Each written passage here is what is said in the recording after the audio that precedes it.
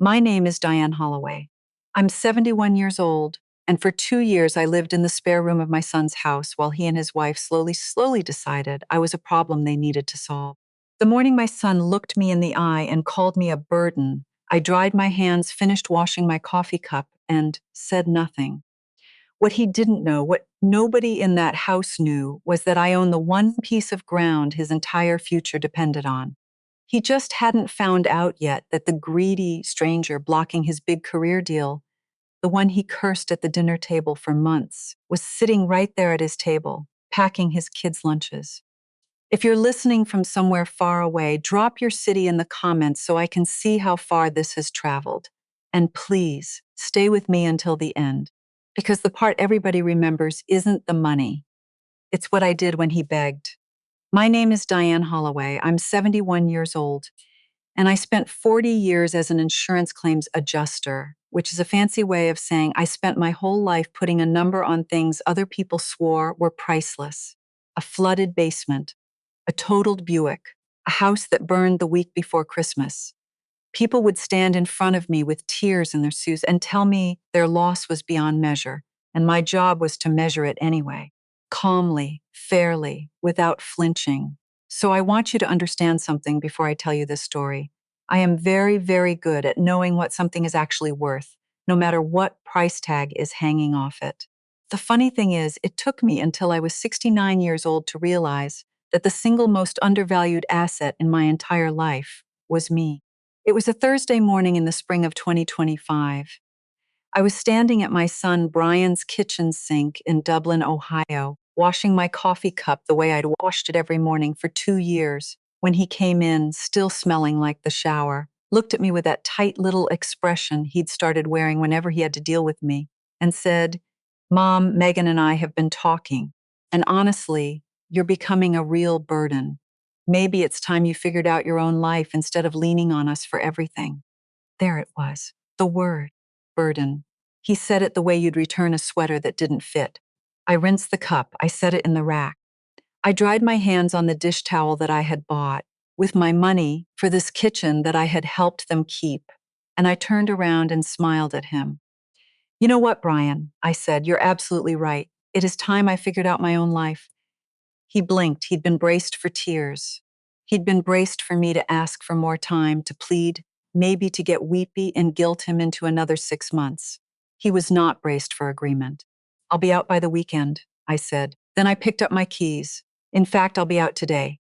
To understand why I was so calm, why a woman the whole family had written off as a broke, sad old widow could turn around and say, "I'll be out today," like she had somewhere to go, I have to take you back to the worst year of my life and to the phone call that ended it. But let me start where it really started. With a funeral and a stack of bills, I sent a son who, for one beautiful year, I actually believed had saved me. My husband Frank died in November of 2022, pancreatic cancer, the kind that doesn't bother negotiating. We'd been married 46 years. He was a mechanical engineer, a man who could fix anything with a motor and almost nothing with his feelings. And I loved him the whole stubborn way through. What Frank couldn't do was die cheaply. By the time it was over, the experimental treatments Medicare wouldn't touch, the in-home care, the equipment, the funeral I put halfway on a credit card because I was too wrung out to argue with the funeral director, it all added up to a number with a lot of zeros. The kind of number people in my family had only ever seen on the other side of a claim. And here's where I have to tell you the first thing I let everyone believe, because it matters. I let them believe it wiped me out. I let them believe that the medical bills took everything, that I walked away from my marriage with a teacher's pension-sized hole in my checking account and not much else. My son believed it. My daughter-in-law believed it. They needed to believe it, and at the time, so did I. Brian came to me 3 weeks after the funeral. He was 43 then, my only child, a real estate guy who'd done well enough to buy a 4-bedroom in a Dublin cul-de-sac with the granite countertops and the 3-car garage and the whole 9 yards. He sat me down at my own kitchen table, took both my hands, and his eyes got shiny, and he said, "Mom, you can't stay in this house alone. The mortgage is going to eat you alive. Come live with us. You and Dad gave me everything. You worked 2 jobs to put me through Ohio State and never asked me for a thing. Let me take care of you now. Please, I'm not made of stone, I cried. Megan came over the next week, my daughter-in-law, 40 at the time, running the front office at a dental practice and running herself ragged at home. She bounced little Tyler on her knee while Lily colored at the table, and she said, "Diane, honestly, you'd be doing us the favor. I'm drowning over here. Having you around would be a total godsend. The kids are obsessed with you." So I sold the house, and here's the part everybody loved.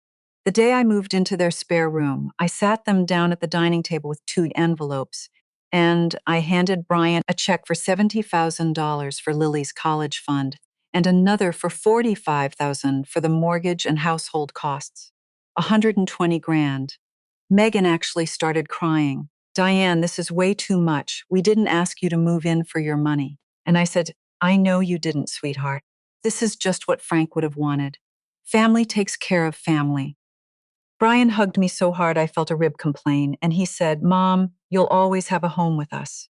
Always." I want you to hold on to that word. Always. For the first year, it was everything they'd promised. I was up at 5:30 making pancakes. I packed the kids' lunches with little notes folded into the napkins.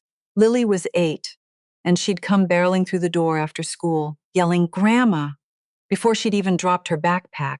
Tyler, who was 5 and built like a fire hydrant, would climb into my lap for bedtime stories and fall asleep mid-sentence.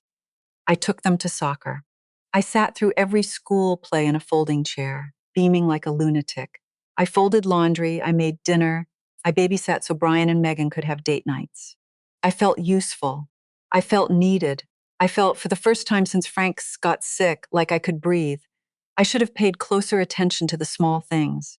Megan asking more than once exactly how much my Social Security check came to each month. Brian sighing about cash flow being a little tight this quarter, right after I'd written them a check for $120,000. I noticed them. I'm an adjuster. I notice everything. I just filed them under normal family stuff and kept flipping pancakes. Because I wanted the warm year to be real so badly that I was willing to not look too hard at why it was so warm. I'd find out later. The warm year was real. It just wasn't only real. The cracks started around month 16. It was small at first, the way structural damage always is. A hairline before the wall comes down. Megan started meal planning without asking what I'd eat. She'd make exactly 4 portions and look genuinely surprised when I came to the table. "Oh, Diane, I didn't realize you'd be eating with us tonight." I ate with them every night. I'd eaten with them 400 nights in a row. But somehow my own dinner had become a surprise I was springing on her. Brian stopped sitting down for morning coffee. Our 15 minutes, where he used to tell me about his deals and ask about my day, shrank to a grunt over a protein bar on his way out the door. "Gotta beat the traffic, Mom." When I'd try to weigh in on a family decision, a weekend trip, a school thing, I started getting the brush off. "Don't worry about it, Mom. We got it handled," said with a patient little smile, the kind you give a confused old lady who's wandered into the wrong conversation. Kids change too, and that was the part that cut. Lily started spending more time in her room with the door shut. I'd knock and ask if she wanted help with homework, and she'd call through the door. "Mom says I'm supposed to do it myself." Tyler, my little fire hydrant, stopped climbing into my lap. "Mommy says I gotta learn to fall asleep like a big boy." I could hear Megan in every word.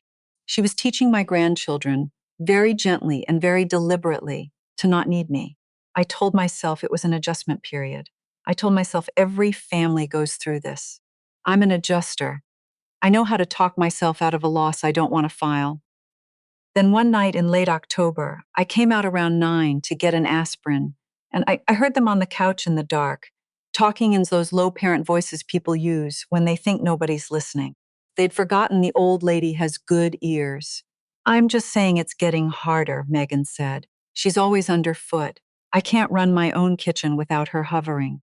I can't even discipline my own kids without her giving me a look."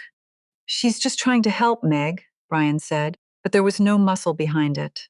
"I know she's trying. It doesn't feel like help anymore. It feels like a performance review." And then Brian said the thing that rearranged the whole house in my head. He said, "Look, I'm not going to lie. When she moved in, the money came at a really good time. The check, plus her covering some of the bills, it bailed us out of a hole. But that was a one-time thing. The monthly stuff doesn't cover what it costs to have her here." I stood frozen in the hallway with my empty glass. There it was. The first twist, and I'm the one who got twisted. The warm welcome, the tears, the "you'll always have a home with us." It hadn't been a lie exactly. That was the cruel part. They did love me. But underneath the love the whole time had been a calculation. The money came at a really good time. They had told themselves and told me that they'd opened their door out of pure devotion. And maybe they even believed it. But there'd been a balance sheet under the welcome mat from day one. And now that the deposit had been spent, the warmth was getting expensive to keep running. I went back to my room without the aspirin. I lay on the twin bed and stared at the ceiling, and I did the one thing 40 years of claims work had trained me to do. I stopped pleading and I started watching. Here is something nobody tells you about being slowly pushed out of a family. They almost never do anything you could point to in a courtroom. There's no single slammed door. It's 1,000 tiny adjustments, each one too small to object to without sounding crazy. And by the time you add them all up, you've been erased. Megan got a system. That was her phrase for everything. "Oh, that's okay, Diane. I've got a system. For the lunches I used to pack, for the dinners I used to start." She'd come into the kitchen where I had ingredients laid out and quietly rearrange all of it, explaining she was trying to eat cleaner. The kids were going through a picky phase, whatever. The message underneath was always the same. "I don't need your hands in my kitchen." But the two that broke something in me weren't the dinners. They were the photo and the suit. In November, Megan booked one of those fancy family photo sessions. A photographer who came to the house, the whole production, matching outfits in shades of cream and denim, the works. I'd assumed I was in it. I'd actually bought a new blouse. When the photographer was setting up in the backyard, he looked around, counted heads, and said, "And is Grandma jumping in for these?" And there was this pause, just a half second too long. I watched Megan's face do a little flicker of math and Brian look at his shoes. And in that half second, I understood I was not in the picture. I was never in the picture. So I did what I always do. I smiled. And I made it easy for everybody. "Oh, I'll take some for you guys," I said. And I held the photographer's spare camera while my son and his wife and my two grandchildren arranged themselves on the porch steps. Without me, 4 people in matching denim, a complete little unit. That photo got blown up and framed in the front hallway. Every single day after that, I walked past a portrait of my family that I was standing inside of, that I had personally helped take. The suit was worse. Tyler had a christening to go to, a friend's baby, and they needed him in a little blazer. I had Frank's old suits in a garment bag, beautiful wool, and I took the smallest jacket and I sat up 2 nights taking it in by hand, every seam, turning my dead husband's clothes into something my grandson could wear. I was so proud. I brought it down and Megan held it up, made a face and said, "Oh, it's kind of old though, like, it smells like a thrift store. I'll just run him to the mall." And she walked Tyler out the door to buy a new one, right past me, while I stood there holding Frank's lapels in my hands. That night I called Gloria. Gloria Banks and I adjusted claims together for 15 years before she retired down to a condo near Cincinnati. She is the most no-nonsense human being I have ever met. I told her everything, the photo, the suit, the "I didn't realize you'd be eating with us." All of it, 2 years of it, poured out in a rush until I ran out of air. She was quiet for a second. Then she said, "Diane, can I ask you something? And I need you to actually answer it." "Sure." "What in the hell are you still doing there?" And I opened my mouth to give her all the usual answers. "They're my family. I've got nowhere else to go. I can't afford to live on my own." And that's when I realized that not one of those things was true. Not a single one. I need to tell you the thing I'd been letting everybody believe was a lie, including, in a way, myself. I was not a broke widow. I was never a broke widow. Here's what 40 years of standing in other people's wrecked living rooms does to a person like me. You start to see what things are really worth underneath what they're priced at. And somewhere around 1981, in a sagging brick row house, in a part of Columbus everybody had given up on, a neighborhood the maps practically apologized for. I looked at a building most people saw as a teardown, and I saw bones. Good bones. I bought it for almost nothing, fixed it up on weekends with my own two hands, and rented it out. Then I did it again and again, quietly. I never told the neighbors. I never told the country club, because we weren't the country club kind of people. Frank knew about a couple of them and thought I was a little nuts. Why you want to be somebody's landlord, Di? But he let me have my hobby. I ran them through a company, a little LLC, with my attorney Walter Pruitt's name on the public paperwork instead of mine. Because a woman buying up real estate in the 80s learned fast that her name on a document was an invitation for trouble.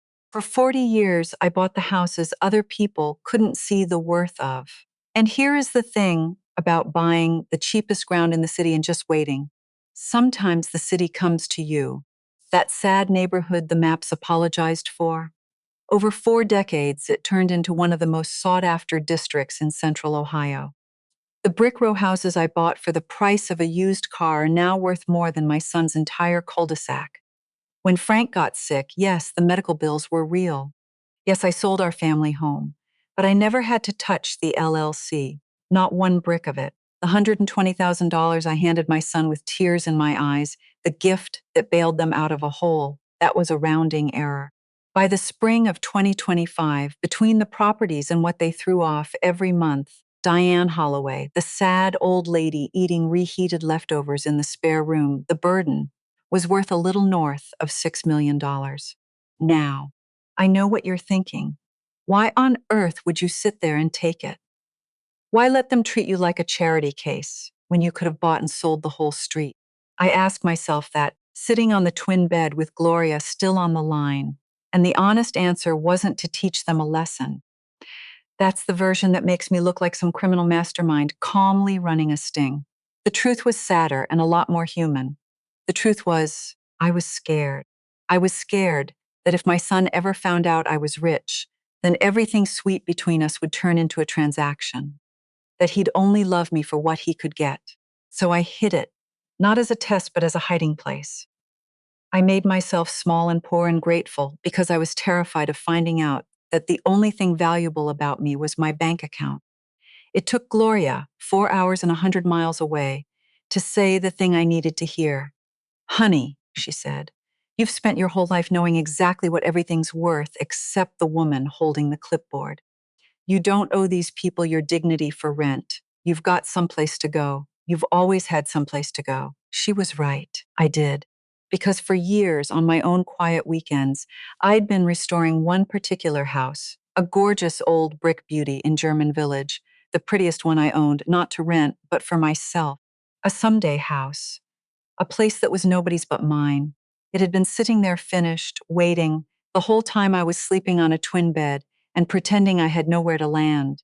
I'd had a door the entire time. I'd just been too afraid and too guilty to walk through it. We'll get to the guilt. So, back to that Thursday morning. The cup, the word burden, the smile. When Brian said, Mom, you don't have to leave today. We're not throwing you out on the street. I looked at Son and I felt something settle in me, cool and final, like a claim I'd finally finished pricing.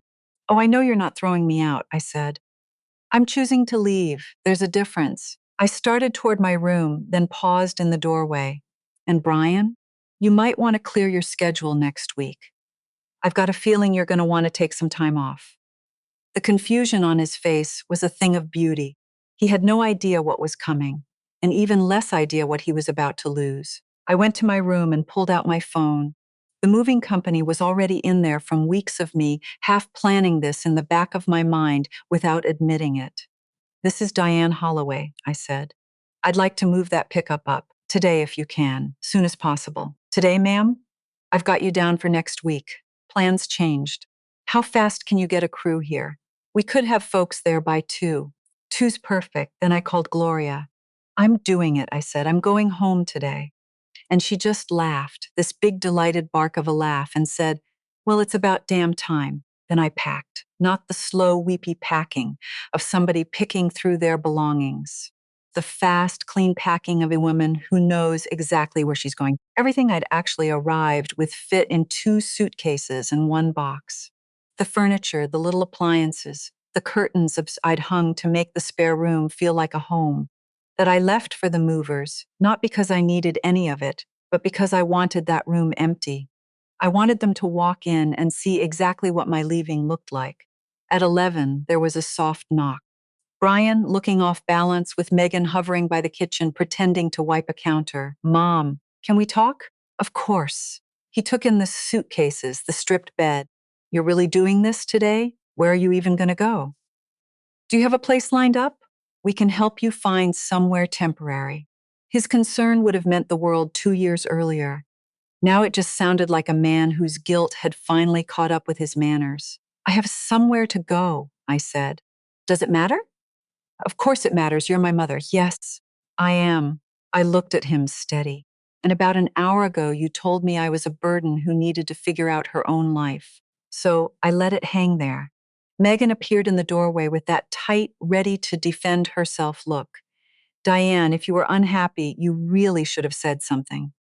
Like I did at Christmas, or when I offered to put in more for groceries and you told me it wasn't necessary, or when I asked more than once if we could sit down and talk about how this was going. I said, plenty, Megan. You just weren't interested in fixing it. You were interested in managing me until leaving felt like my idea. She had the grace to look at the floor. At 2 on the dot, the truck pulled into the driveway. Brian and Megan stood in their living room and watched 3 movers empty my room into a truck in under 2 hours. The furniture I'd bought, the appliances I'd contributed, every trace of me gone. When the crew chief said, all set, Mrs. Holloway, we'll have everything over to the German Village address by tonight. Brian's head snapped up. German Village, he said. You're moving to German Village? Like I'd said, the surface of the moon. That neighborhood costs a fortune. He could not, for the life of him, do the math. I didn't help him. At 3:45, a car came for me. I left one envelope on the kitchen counter. The letter was short, and it didn't accuse them of anything they couldn't justify to themselves. It thanked them for 2 years. It said the 120,000 was a gift, freely given, no strings, use it well. It said I wouldn't be leaving my new address or number, but that if they ever needed to reach me, they could contact my attorney. And I left Walter Pruitt's business card paper-clipped to the page. I want you to remember that card. I left it on purpose. I'm an adjuster. I don't leave loose ends. I leave the one thread I know somebody's going to pull. As the car pulled out of the cul-de-sac, I let myself smile. They thought they were watching a defeated old woman leave with nowhere to go. What was actually leaving their driveway was a self-made woman heading to her own beautiful house to start the best chapter of her life. And the funniest part, the part Brian wouldn't understand for months, the woman in that back seat already held the single most important card in his career.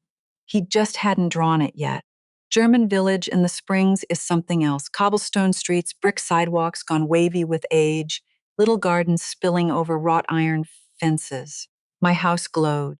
Gloria came up for a week, and we drank wine on the back patio under a red bud tree and laughed until midnight. And for the first time since Frank died, I felt like a whole person and not a house guest.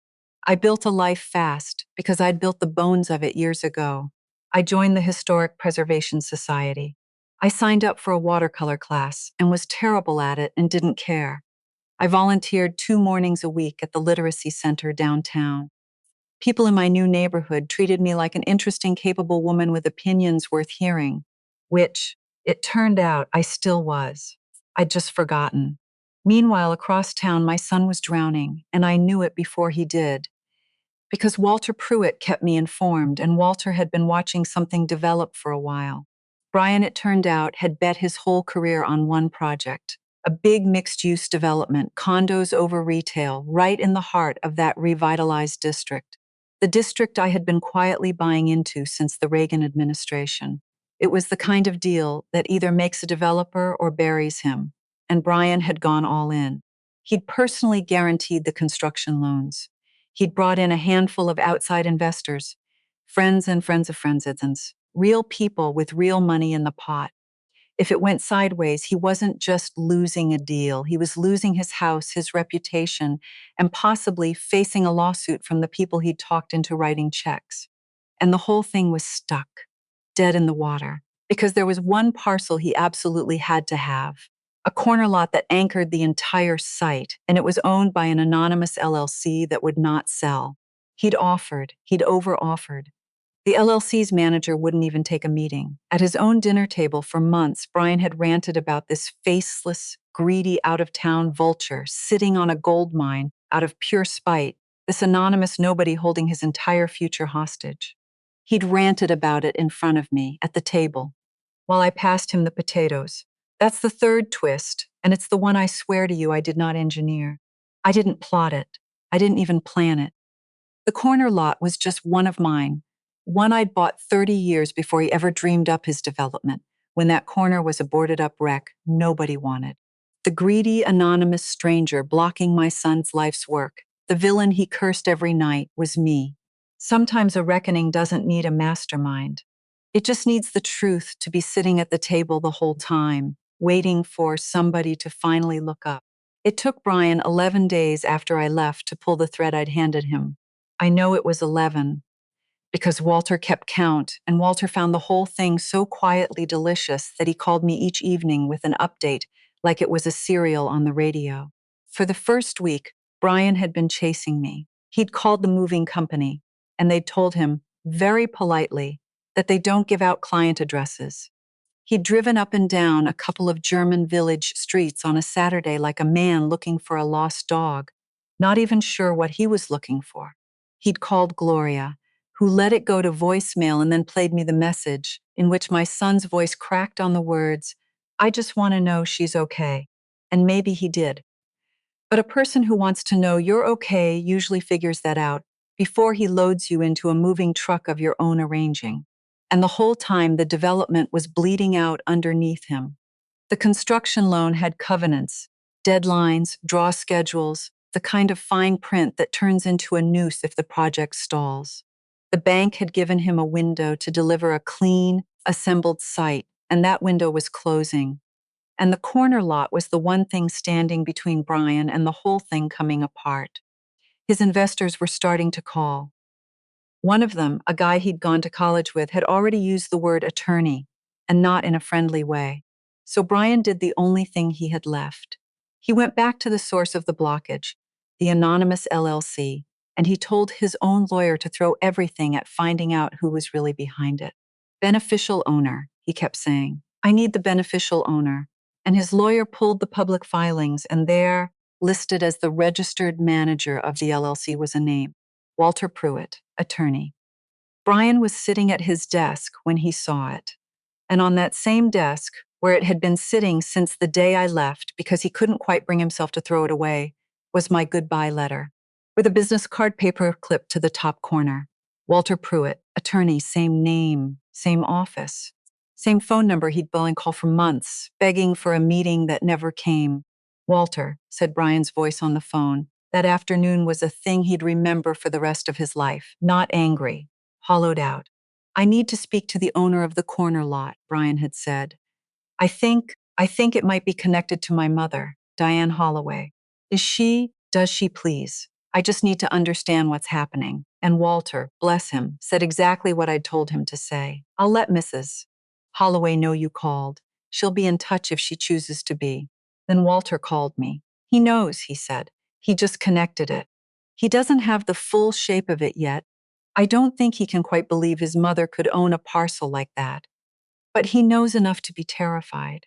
Diane, I have done this work for 40 years, and I have rarely heard a grown man sound so much like a child. I sat with that for a long moment in my own kitchen, in my own house, with the light coming through windows I'd restored with my own 2 hands. Then I said, put nothing in writing. I'll call him myself. I want to be honest with you about what I felt in the minutes before I dialed, because the easy thing would be to tell you I felt triumphant. I didn't. I felt 43 years of being his mother. I felt the boy who'd fallen off his bike on Maple Street and come running to me with gravel in his knee. I felt the kid I'd stayed up with through the croup, the teenager I'd waited up for, the young man I'd cried over at his wedding. You don't stop being somebody's mother because they hurt you. You just stop letting it cost you everything, I dialed. He picked up on half a ring. Mom, a breath that shook. Oh, thank God, Mom, we have to talk. I hear you're having some trouble at work, I said, calm, pleasant. The voice I used to use on people whose houses had just burned down. Mom, the LLC, the corner lot. Walter Pruitt is, Mom, is that you? Do you own that lot? Are you the one who's been blocking? He couldn't finish it. I own a number of things, Brian. There was a silence so total I could hear his desk chair creak 300 miles away. How? He finally said, and the word came out cracked. How do you? That lot is worth. Mom, that whole district, I don't understand. How much do you remember? I said, what you said to me on Thursday morning. Mom, I was stressed. I said things I didn't. What did you say, Brian? A long, ragged breath. I said you were becoming a burden and that you needed to figure out your own life. That's right. I let it sit there and breathe. And I told you you were absolutely right. So that's exactly what I'm doing. I'm figuring out my own life. And it turns out my own life includes that corner lot. Mom, please. His voice was coming apart now. You don't understand how bad this is. I personally guaranteed everything, the bank, the loans, all of it. I brought in people, Mom Danny from school. He put in his daughter's college money. If this deal blows up, I don't just lose the house. People get hurt. Megan, the kids. You're right, I said. Lily and Tyler don't deserve to lose their home because their dad got in over his head. So I'd start figuring out how to make sure they don't. We can't do this without you. You know we can't. Mom, I'm begging you. And there it was. The word from the very beginning of this whole story. Begging. The thing I told you about in the very first minute. My son, the one who'd called me a burden over a coffee cup, was now on the phone begging me. And I'll tell you, it did not feel the way I'd imagined it would on all those nights lying awake on a twin bed. It didn't feel sweet. It felt like watching your own child stand in the exact spot where you once stood and realizing the only thing you have any power to teach them now is whether they crawl out of it as a better man or a smaller one. Brian, I said, and here is where my voice finally went quiet in a way that wasn't pleasant anymore. For 2 years, you made it crystal clear that you didn't need me, that I was underfoot, that my help wasn't help, it was a performance review. You do not get to decide you need me the minute it becomes convenient. That's not how people work. That's not how mothers work. I know, he whispered. I know. And you were wrong about more than the lot. You were wrong about who I am. I am not a broke old woman you took in out of the goodness of your heart. I'm worth about $6 million, Brian. I've been worth it the entire time. The entire time I was washing your dishes and packing your kids' lunches and listening to you complain to your wife about how much the groceries went up since I moved in, I could have bought your whole street and never noticed the dent. The sound he made then wasn't anger. It was so much worse. It was the sound of a man's entire understanding of the last 2 years rearranging itself at once, every memory flipping over to show its other side. Every leftover dinner, every brochure for a senior community he'd left on the counter. Every time he'd let his wife make me feel like a guest who'd overstayed. 6, he said. Barely a word. Mom, you were a millionaire in our spare room eating leftovers why didn't you tell us? Because I wanted to know what I was worth to you when you thought I had nothing, I said. And now I know. We both do. Mom, I am so sorry. I'll do anything. Tell me what you want and I'll do it. And that right there was the tell. Tell me what you want, not how are you. Not I miss you. Not I was wrong and it has nothing to do with the lot. Even now, even broken open, the first place his mind ran was the transaction. What do you want? What's the price? How do I close this deal? I didn't hold it against him. He's a closer. It's how his brain is built. But it told me he wasn't ready yet. Not really. Here's what I want, I said. Before I tell you one single thing about that corner lot, there's a conversation you need to have with your wife. Because there is something happening inside your own house, Brian, right under your nose, that you have not noticed because you've been too busy noticing me. And until you see it, you and I have nothing to discuss.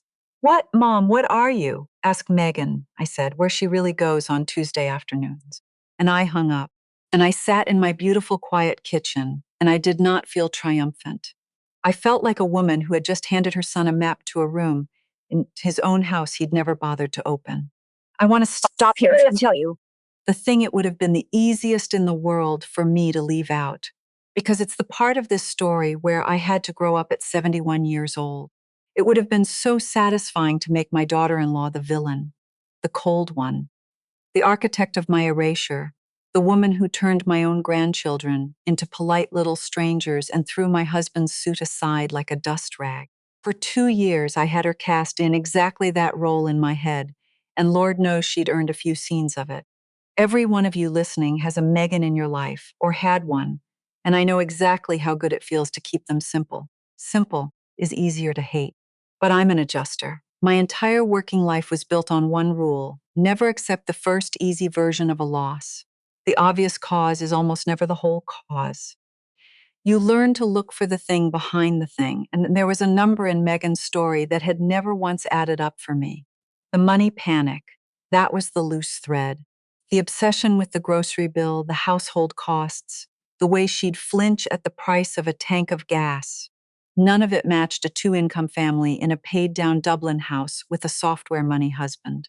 Something was bleeding cash out of that home, steady and quiet, and it was not me. I cost them a few $100s a month and saved them a fortune in childcare. The math pointed somewhere else entirely. So I did what I do best.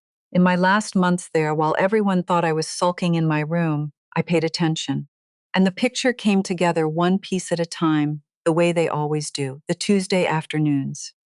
Megan would say she was running errands and be gone 3-4 hours and come home gray-faced and hollow, with nothing to show for it. The phone calls she'd take out in the garage with her hand cupped over the receiver. The prescription bottle once saw in her purse that wasn't hers. It had a man's name on it. And her own father, Ron Dawson, who used to be the loudest, warmest man at every family dinner, repeating the same story twice in 20 minutes, calling Tyler by Brian's name, getting turned around on the drive to a house he'd come to 100 times so that Megan started happening to pick him up herself. And the way she'd catch each slip and smooth it over so fast, so smooth, that you'd miss it entirely if you weren't a woman who'd spent 40 years trained to see the patch over the damage. Ron had early onset dementia. It had been coming on for the better part of 2 years, and Megan, too proud, too scared, too convinced she had to be the one holding the whole world on her back, had been managing it almost entirely alone, driving across town before work to make sure he'd eaten, paying out of her own pocket for the part-time help her parents couldn't afford and her father was too stubborn to admit he needed, quietly draining their accounts to keep her dad safe and her mother sane, and saying nothing to anyone, not even to Brian, because the moment she said it out loud, it would become real, and a real thing can't be outrun. There's the fourth twist, and it's the one that took the wind out of me. The cold daughter-in-law, who couldn't bear the thought of one aging parent under her roof, wasn't cruel. She was a woman watching her own father vanish in slow motion, terrified down to the bone that I was the second elder she'd end up carrying, the one that would finally break her in half. She wasn't heartless. She was a person who was drowning. And when you're drowning, you'll grab whatever's nearest and push it under just to get your own mouth above the water for one more breath. And the nearest thing, the safest thing to push, because it would never push back, was me. It didn't make the photo all right. It didn't make Frank's suit all right. Some of what she did was just unkind, and being overwhelmed doesn't wash that clean. But there is a whole world of difference between a person who is wicked and a person who is buried alive, and an adjuster who can't tell the two apart has no business holding the clipboard. I had spent my entire career putting a number on what people had lost, and I had somehow gone 2 whole years sleeping down the hall from a woman who was losing her father one Tuesday at a time, and I never once added it up. So before you decide I was the only one wronged in that house, sit with that. I missed it too. I was so busy being the unseen one that I never noticed I was doing the exact same thing right back to her. I had them both come to my house, the German village house. I wanted them to see it. I could have done all of this on the phone. I could have had Walter handle the whole thing in a conference with coffee in paper cups. But there are some things a person needs to see with their own eyes before the words can land, And I needed my son and his wife to stand inside the truth of who I actually was, so I told Walter to send them the address and a time, and nothing else. Brian stood in my front hallway, and I watched him understand one room at a time what his mother had been the whole time he was pitying her. The restored heart pine floors, the light pouring through the tall front windows, the original molding I'd spent 2 winters stripping by hand, the garden out back with the red bud and the little stone fountain and the climbing roses just starting to come on. This was not comfortable. This was not a tidy senior apartment. This was beautiful. The kind of beautiful that takes either a great deal of money or a great deal of love, and mine had taken both. I watched him do the arithmetic he couldn't do in his driveway way, and I watched it break his heart a little. And I won't pretend a small, mean part of me didn't feel that. Megan came in behind him, and she looked exhausted in a way I finally understood all the way down. And when she saw me, her chin started to go before either of us had said a word. I sat them down at the iron table in the garden. I poured them coffee like they were any two guests who'd come calling. And then I laid every card I had face up on the table. Because I'm done with games, and I was done that day too. I could fix all of it with one phone call, I told Brian. And I said it gently because it wasn't a threat. It was just the size of the thing. I could sell you that corner lot for $1. I could pay off your construction loan, make every one of your investors whole, hand Danny's daughter back her college money, and I would never feel it. Not a dent. I turned to Megan and I watched her go still. And I could have your father into the best memory care unit in this state by Friday afternoon and never feel that either. I know about Ron, sweetheart. I've known for a while. I'm so sorry you've been carrying him all by yourself in the dark. Nobody should have to do that, least of all alone. That was the thing that finished her. Megan put her face in both hands and broke, really broke, the way a person does when a weight they've been holding so long they forgot they were holding it is suddenly unbearably acknowledged by someone else. And Brian turned and looked at his own wife like he was seeing her for the very first time, because in every way that mattered, he was. He hadn't known. She'd carried it so well and so silently that the man who shared her bed had no idea his father-in-law was disappearing. He reached over and put his hand on her back, clumsy, stunned, and she let him, and I gave them a minute. The fountain ran. A robin worked the rose bed. There are moments in a family where the kindest thing you can do is just let the silence hold everyone. But I'm not going to do all of that, I said finally, and pretend the last 2 years didn't happen. Because if I write a check and make it all disappear, then nothing changes. You'd both learn that you can treat a person like a piece of furniture, useful, taken for granted, easy to move out of the way, as long as it turns out in the end that the furniture had money. That's not a lesson, that's a reward. And I love you too much to reward you for the worst thing you ever did. Brian's voice came out rough. Mom, then what? What do you want? Just tell me and I'll stop, I said, not unkindly. Stop asking me what I want like there's a price. I'm going to tell you the thing I have never told a living soul, and I need you both to just listen. Because once you hear it, you're going to understand everything about how I've handled this, and you're going to understand why I'm choosing the harder road instead of the easy one. And I told them, you want to know how I recognized exactly what was happening to me in your house, I said. How I saw the whole shape of it so early, before either of you even knew you were doing it. It's because I ran it once myself, from the other side of the table. I told them about Frank's mother, Brian's grandmother, though Brian had only the haziest memory of her, a sharp-tongued woman in a flowered chair, gone before he was old enough to really know her, and now you'll understand why. I told them how, back when Brian was small, Frank's mother had gotten old and gotten difficult and come to live with us. How the spare room in our first little house had become her room, the way mine became theirs. How she'd hover in my kitchen and correct my cooking and look at me like I was raising her grandson wrong. And how, God forgive me, I had let myself decide she was a burden. I who am sitting here telling you a story about that word like I'm its victim, I used it first. 40 years ago, about another tired old woman who had nowhere else to go. I was the one who found the brochure, I said. My voice didn't shake. I'd made my peace with this a long way back. The piece is just permanently next to the grief. A nice facility 2 hours away. Clean, the staff smiled. Far enough that visiting was always going to be a someday. I told Frank it was best for everyone.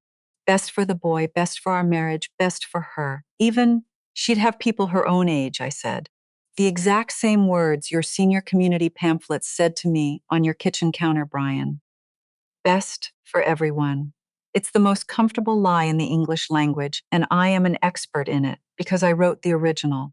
I told them how she went, how she didn't fight it, which was somehow worse than if she had, how she got quieter and quieter on the phone, and then the calls got shorter, and then they were just me calling out of duty on Sundays, and how she died in that place 2 hours away on a Tuesday with a stranger holding her hand while I was home making dinner for my own family and telling myself I'd drive up next weekend. I have carried that for almost 40 years, I said. Like a stone sewn into the lining of my coat, I can set the coat down, I cannot get the stone out. The garden was very quiet. Megan had stopped crying and was just looking at me. Brian's jaw was working like a man trying to chew through something that wouldn't give. So when I sat in your spare room, I said, and watch the two of you do to me, step by step, the exact thing I once did to her. I did not hate you for it. I recognized it. I knew the road because I paved it. I knew precisely where it ends because I have stood at the end of it at a grave 2 hours from my house, holding flowers that were really an apology. Everything I've done since I walked out of your kitchen, staying calm, leaving clean, refusing to burn your whole life down when I could have done it with a signature, none of that was me being cold. People keep wanting it to be cold. It was the opposite. It was me trying to hand you the one thing nobody handed me in time, the chance to wake up before the grave instead of after it. Nobody spoke for a long while. When Brian finally did, it came out of him in pieces. Mom, I don't even know how to start saying I'm sorry. There aren't. There's no version of sorry that's big enough. You don't start by saying it, I said, and I reached down and slid a folder across the iron table to him. You start by doing it. Open that. Inside was a partnership agreement. I'll come into your development, I said, not as your rescuer, as your partner. My lot goes into the project at fair value, and you and I are equals on it, which means on this one you answer to me. You keep your house. Your investors get paid in full and on time. Danny's daughter goes to college. But you will have earned it, side by side with me, line by line. You will not have been bailed out by your mommy. There's a difference, and you of all people, a man who's spent his life around money, are going to learn to feel that difference in your bones. I turned to Megan, and your father, I'm going to help. The good unit, the real care, whatever Ron needs, for as long as he needs it. But Megan, you are going to let me. You are going to stop trying to hold up the entire sky by yourself in the dark. Because I am telling you, as the world's leading authority on the subject, that exact instinct that I have to carry it all alone or I'm a failure, that's the thing. That's the road. That's how a frightened, exhausted, good person ends up doing to somebody else the thing that was done to me. I will not watch you walk it. I won't. She nodded fast, the tears coming again, but different now. And the rest of it, I said, being my family, really being it, that I can't sell you and you can't close on. That you have to earn, both of you, slow over time with no guarantee. Not because I need anything from you. I've made very sure I'll never need anything from anyone again, but because I deserve to be seen. Not thanked, not tolerated, not appreciated only on the day you find out I'm useful. Seen. And those are two completely different things. And it took me 71 years and a stone in my coat to finally learn the difference between them. Brian was crying openly by then, my grown son, in a garden, the way he hadn't cried in front of me since he was a boy. He didn't try to hide it, and that, more than any apology, was the first thing all day that made me believe there was a road back. Okay, he said. Okay, whatever it takes, however long. Good, I said, and I picked up the coffee pot because some moments are too big to be held any longer, and the only mercy is an ordinary gesture. Now, pass the cream. I'm not going to tell you it all got tied up with a bow, because that is not how real things mend, and I think you're too wise to believe me if I tried. The development went through. Brian kept his house and his name, and his investors got every dollar. But he did it as the junior partner on a deal his mother anchored, and you would be amazed what a little well-earned humility does for a man's character once he survives the embarrassment of it. He had to learn the business over again from the studs, how to value a thing honestly, how to wait, how to not need the quick close, and somewhere in there, learning to be a developer again, he accidentally learned how to be a son again too. The two turned out to be the same skill. You have to be able to see what's actually in front of you and pay it what it's truly worth. Megan was harder and slower and far more honest for the trouble. The first time in 2 years, I helped her instead of judging her. The day I got Ron settled, somewhere safe and gentle, somewhere with a garden, and lifted that weight clean off her back for the first time in 18 months, something in her cracked all the way open, and what came pouring out wasn't a villain. It was just a worn-out woman who'd been holding her breath so long she'd forgotten air was free. We are not best friends. We may never be, and I've made my peace with that too. But we are real with each other now, and I will take real over polite every single day of the week. Polite is what they gave me for 2 years while they pushed me out the door. Real I can build something on. Lily and Tyler came back to me, but on my terms this time, and that mattered more than I can say. I sat them down in a way a 10 and a 7-year-old can understand, and I told them I am not the help. I am not an on-call babysitter who appears when their parents need a night out and vanishes the rest of the time. I am their grandmother, and I have a whole life of my own, a watercolor class I am still gloriously bad at, a literacy center full of little ones learning to sound out their first words, a city, friends my own age who make me laugh until I wheeze. I show up to the soccer games and the school plays because I choose to, and children can feel that difference even when they couldn't name it. You can always feel the difference between someone who has to be there and someone who decided to be. It changes the whole air in a room. And here we are. It's the spring of 2026 now, and I'm sitting in my own garden under my own redbud telling you this. Last week I had dinner at my son's house, the same dining table where I once ate 400 quiet meals as a surprise nobody planned for. This time there was a chair set for me before I came through the door. Nobody acted startled to see me pick up a fork. The big framed photo in the front hallway is a new one now. Brian took the denim one down himself. In the new one, I'm right in the middle with Tyler half in my lap and Lily's hand on my shoulder. I'm in the picture. After everything, the simplest thing turned out to be the one that undid me. I'm just in the picture. I spent 40 years putting a price on what people lost. I retired thinking I understood loss better than just about anyone alive, but I had it backwards the whole time, all the way to the end. The most valuable thing I have ever owned was never the houses, or the $6 million, or even my own good name. It was the one thing two people I love almost talked me into believing I didn't have any right to. The right to be treated like I was worth something, even by the people who'd quietly decided I had nothing left to give. I had to leave to teach them that. And if I'm being honest with you, and at my age, what else is there? I had to leave to finally teach it to myself. Before you go with today, I want to say something honest, just me to you. I don't think the thing that sticks with me about Diane is the $6 million.